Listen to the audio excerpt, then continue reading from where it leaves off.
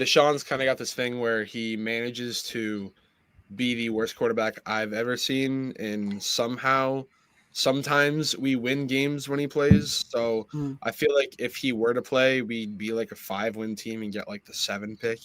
So like, I don't want to do that whatsoever. I'd rather watch DTR just play the whole season, which is unbelievable. Unbelievable. That's exactly what I'm asking for. As many number one picks as we can get in the next 2 or 3 years, because we have Deshaun for 2 more years, and then the complete rebuild will be done, and we're the Super Bowl champs.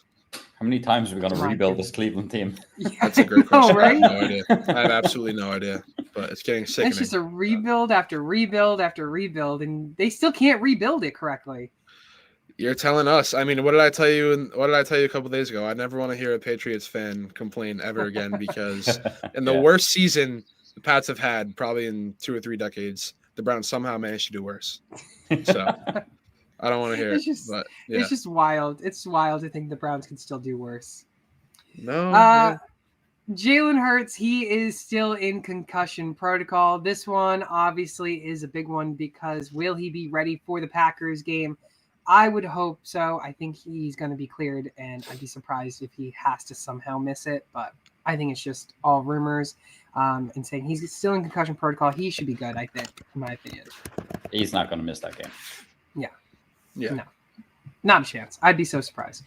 Going into some running backs, by some I mean one, the biggest one, CMC. He says that he is close to fully recovering from his knee injury. He would have been ready for the playoffs if his team was actually good enough to make it, and he will be ready for the OTAs. This is kind of a question for you guys now. Obviously, it doesn't matter for him now, but for fantasy managers next season, does he deserve a first-round grade on his fantasy draft? Probably not, but like it's going to be one of them that he is going to be valued because if he is healthy, he's going to be like, you might as well just have an RB1 in the second round if that's where he's going to go. I mean, there's probably at least, you could argue probably 10 wide receivers in one QB leagues that could go ahead of him, and then you've also got Gibbs, Barkley,